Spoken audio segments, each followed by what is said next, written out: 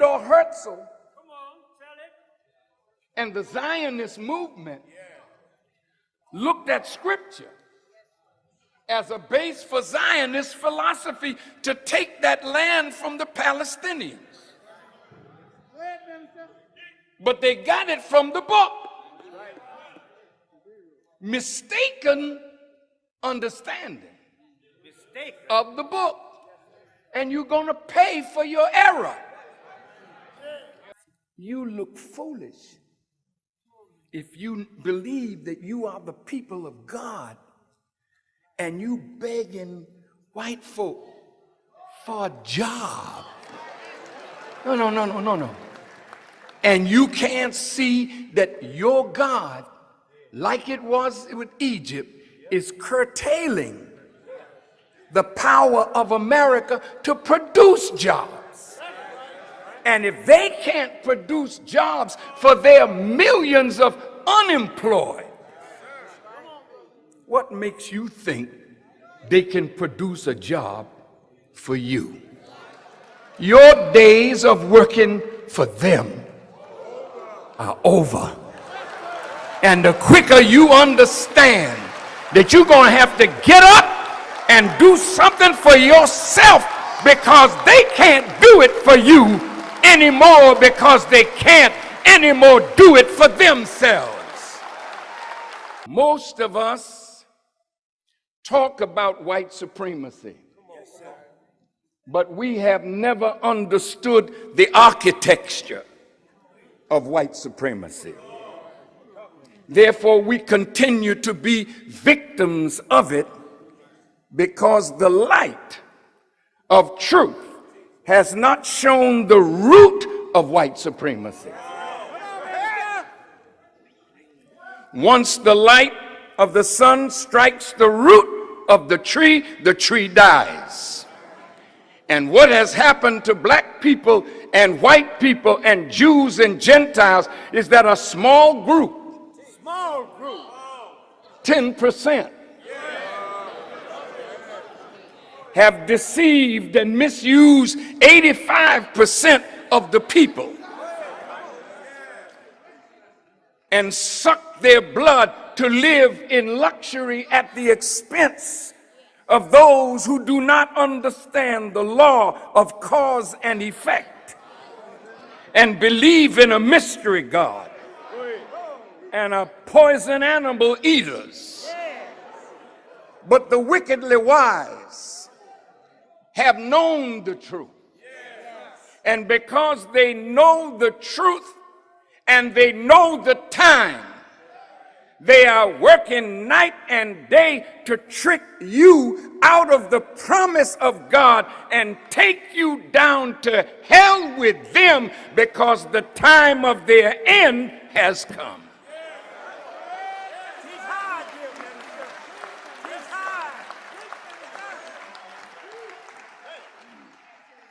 The architecture of white supremacy has never been brought to the table to be discussed.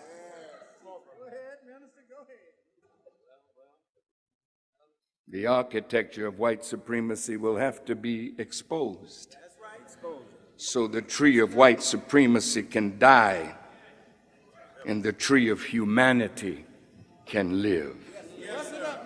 Who are the draftsmen and the architects of such an idea that has dominated our planet for the last 4,000 years?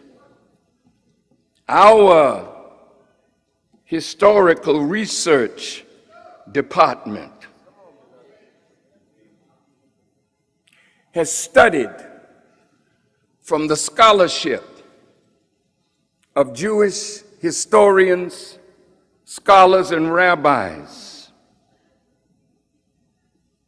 And we have published volume number 2 of The Secret Relationship Between Blacks and Jews. It goes on sale tonight, and in it you will discover the architecture and the architect. you will read things that you never knew before, things that you thought you understood. But our research team has discovered and uncovered what has been hidden in books that you would never read. But we have read it. Yes, sir. Yes, we have. Come on, Minister. And now the scholarship is available. Last night, I sent this book and another one that's printed called Negroes at Auction.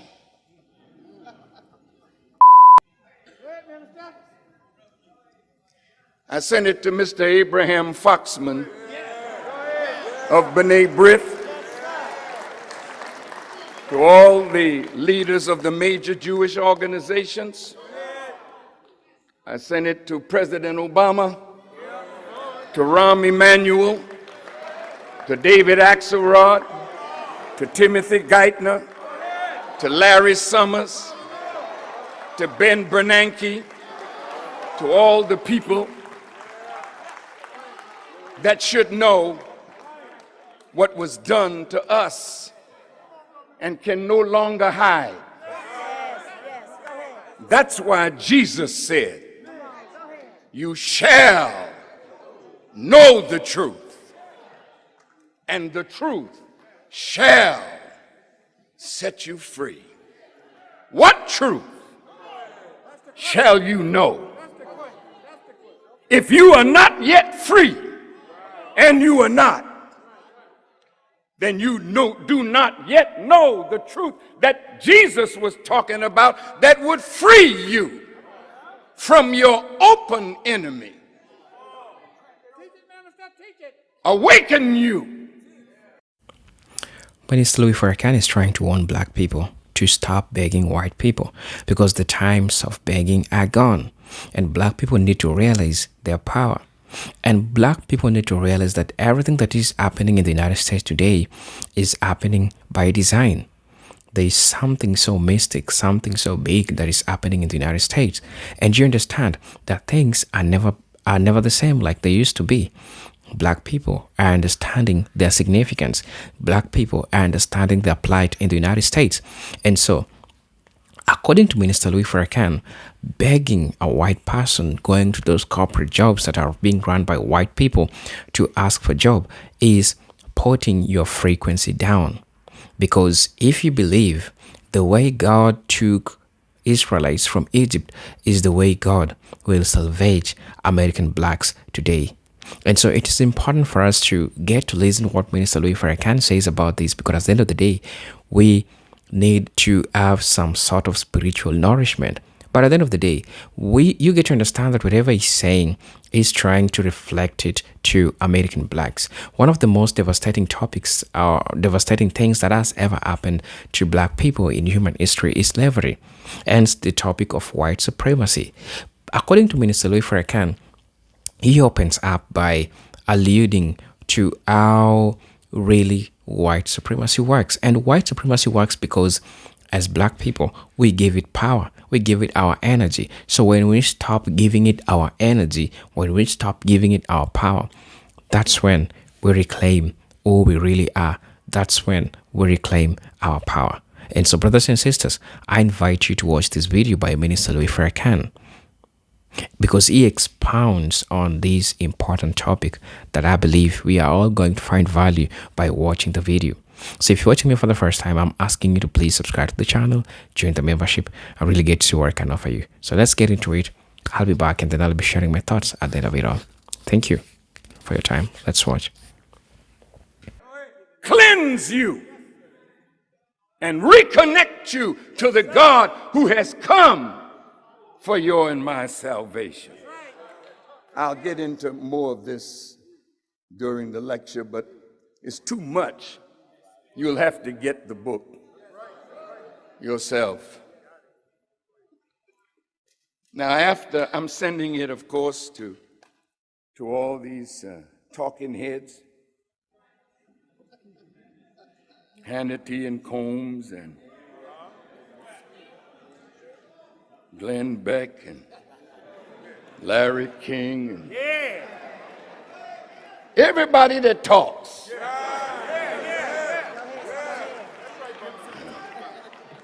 Sending it to Negroes.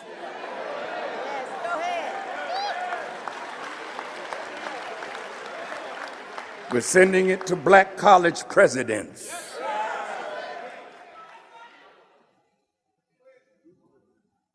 And then we can talk.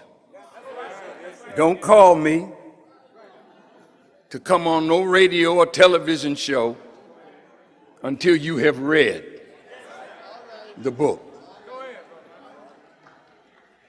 And then if you can defend this, we know who you are. Yes, sir.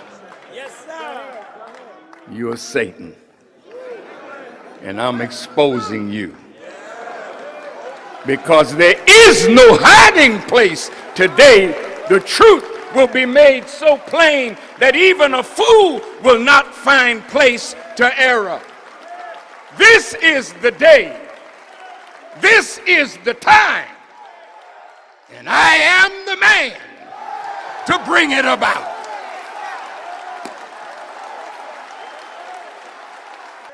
So, all you scared to death Negroes,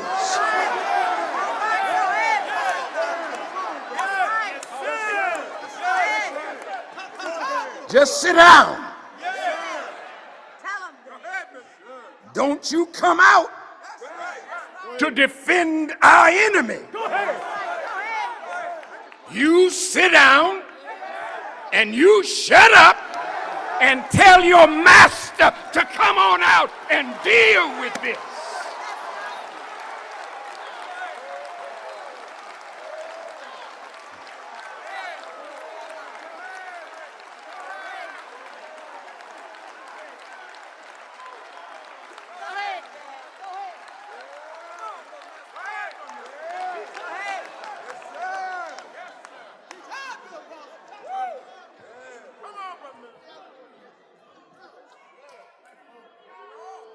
Now,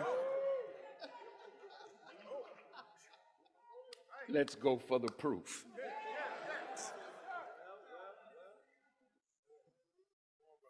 The proof starts in the book of Genesis. Genesis and the first 5 books of Moses, called the Pentateuch, begins with in the beginning. What beginning? When was that? In the beginning, God created the heavens and the earth was without form and void. And darkness was upon the face of the deep. Yes, sir. Interesting that God would reveal to Moses the beginning. Because Moses was 4,000 years ago, 2,000 years after the beginning. Because the beginning, according to the book, is 4,000 BC. That's right. Moses came 2,000 BC, so there were 2,000 years that he had to get up to speed on.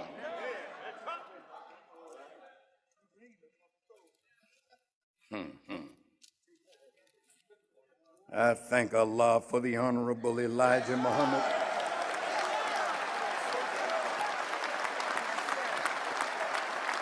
And soon every one of you will join me in thanking God for that man.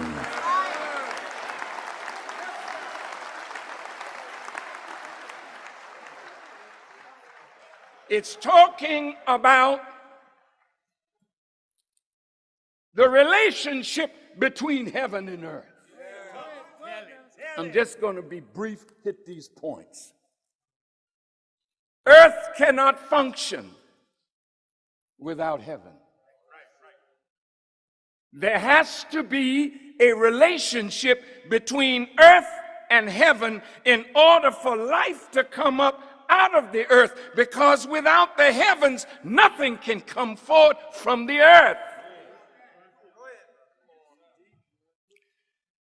The earth was without form and void.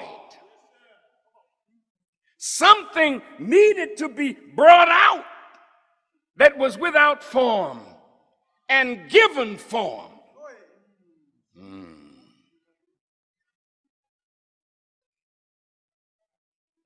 So the Bible teaches us that Adam was made from the dust of the earth.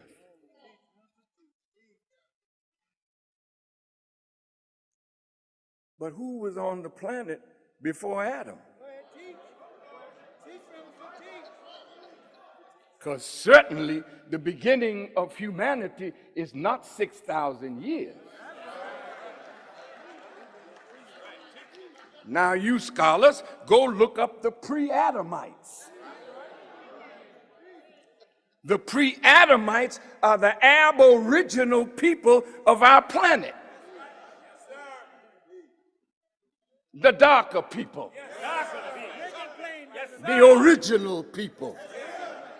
So the birth of Adam is the beginning of a new people that were existing in another kind of form, but without form.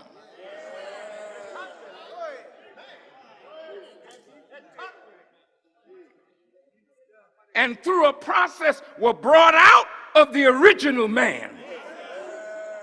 Let us make man in our image and after our likeness. They are not original man, they are mankind, a kind of a man from the original.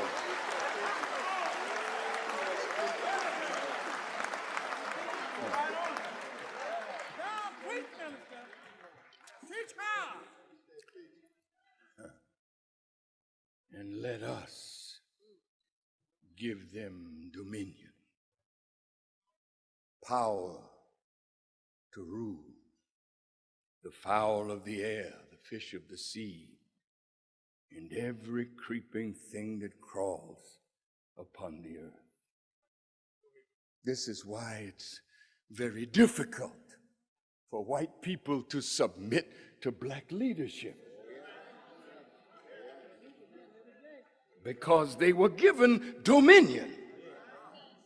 And even though they act like they're submissive, yes, sir, you have to be careful. Because they're always looking for a way to undermine any black man that rises in authority. I'll get to President Obama in a short while. Now, in this book of Genesis, we get lots of pictures of God and his promise. Look at how this happens. In the 15th chapter of Genesis, God is talking to Abram. And he says to Abram, know of a surety that thy seed shall be a stranger in a land that is not theirs, and shall serve them and shall afflict them 400 years. But after that time, God is speaking, I will come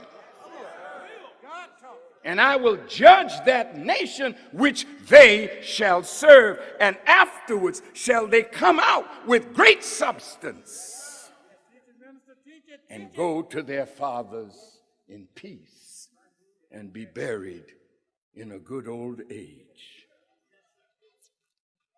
Now, the Jewish people claim that this is talking about them.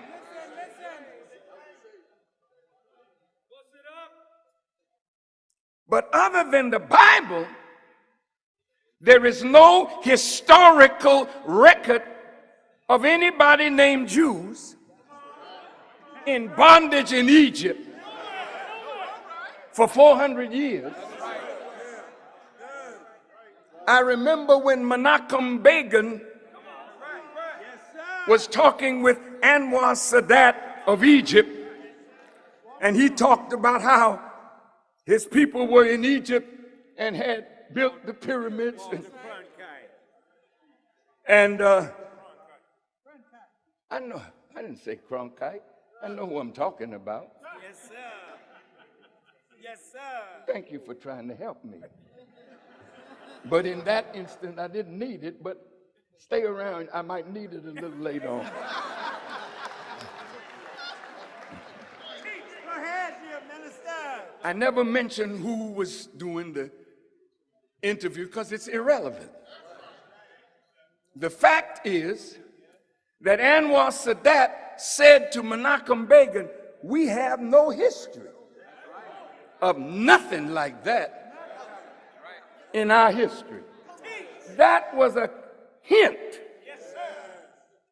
that Begin was trying to put something over on Sadat because there was a peace agreement.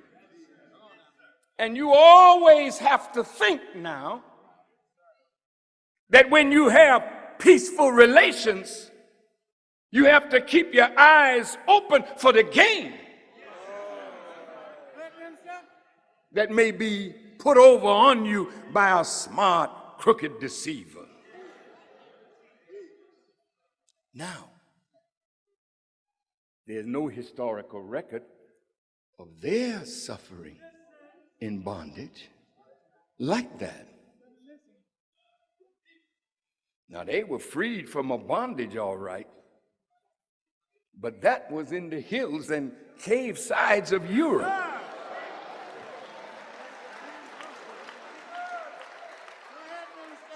This, as the Honorable Elijah Muhammad taught us, and you can go find it for yourself. Yes, sir. These people have no legitimate connection to that land. They didn't come into existence in the Holy Land. They came into existence, as the Honorable Elijah Muhammad taught us, that Allah taught him, on the island of Pilan, Yes, sir. or as it is written in the book of Revelation, Patmos. They came back to the Holy Land after 600 years of grafting them from black into white. You that study biology, you so-called college students,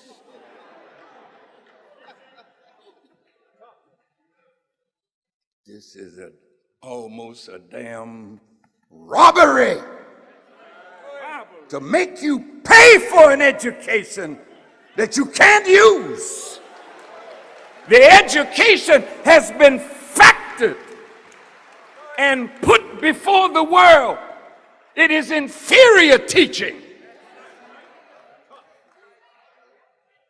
that leaves you still with it in an inferior position. I'll prove what I'm saying in just a moment. I'm not saying that you shouldn't go to school, you shouldn't go to college. But what I am saying is, look at what you're studying.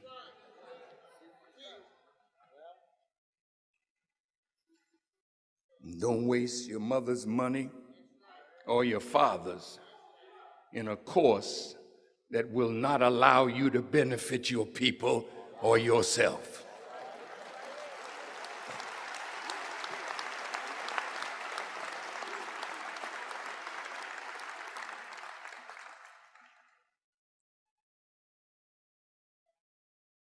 So, how did they have any connection to the Holy Land? You see, after they came back to Arabia, which is the Holy Land, after the process was completed, The Honorable Elijah Muhammad said that within 6 months, they had turned the Holy Land upside down because they were taught a system of tricks and lies that would divide the family. And it caused us to fight and kill one another because of the falsehoods that have been put between us. This is 6,000 years ago. Now let's see if it's practiced today. I was in Iraq. I visited Shiite and Muslim Sunni mosques. I visited Christian churches. I didn't visit the synagogue, but they were there. And nobody was bothering the next person. You never read about a bombing of a mosque, bombing of a church, until after who got there. That's right. That's right. That's right. Talk to me. If it didn't happen under Saddam Hussein, and he was the tyrant, what happened now that there's killing between Shiite and Sunni? An enemy came in among you.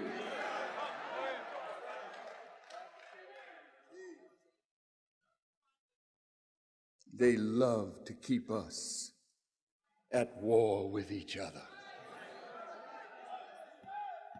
But the architecture of white supremacy is to be exposed and destroyed. Moses had a hard job to civilize the Caucasian from the hills and cave sides of Europe. He did have another assignment after he got them up in Egypt, but not with them.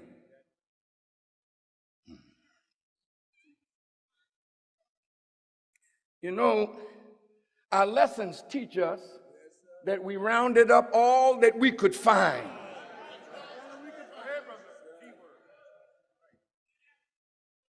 And stripped from them everything except the language and drove them into the caves of Europe, across the burning sand. Yes, sir. So today, you want to join AKA or Delta, Sigma, Omega, Alpha? You got to do what? Cross what? Burning sand. Where did that come from? You want to become a Mason. It's trying out. But you got to cross the burning sand. Where did it come from? It came from your ancestors, driving them out of the Holy Land into the hills and cave sides of Europe. But then the scripture says, the sons of God saw the daughters of men, that they were fair. Well, how did fair get in there when all that area was black? Talk to me tonight.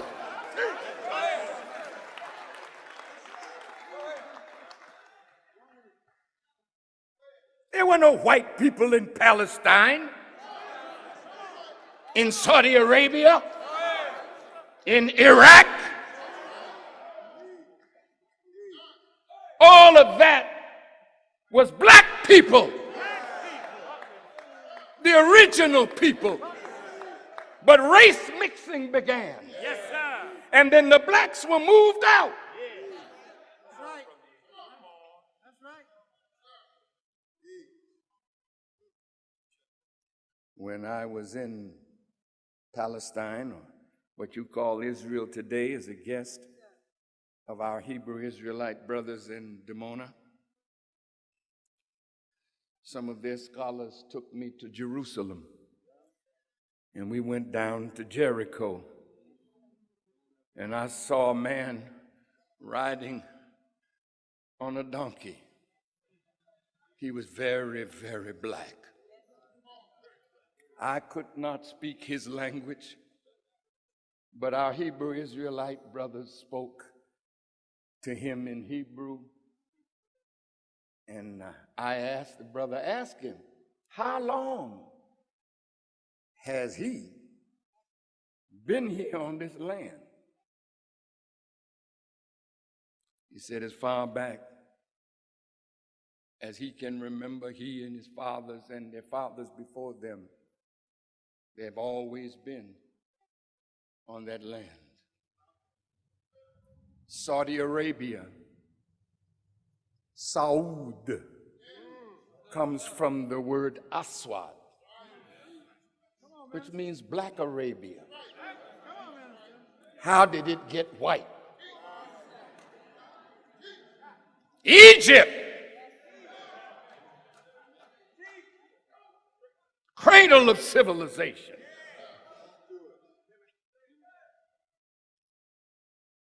Southern Egypt is where Cairo is. Northern Egypt is south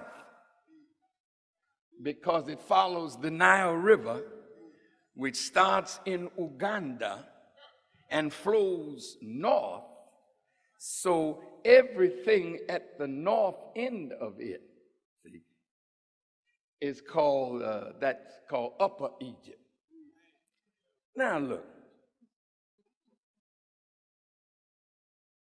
all of that was black. You go to Egypt, and some of you have been there, in that majestic desert, you see the Sphinx, you see a lion's body and the head of a black man on a lion's body. Now, some of them will tell you, no, we did that under slavery. Well, tell them that Farrakhan said, do it again.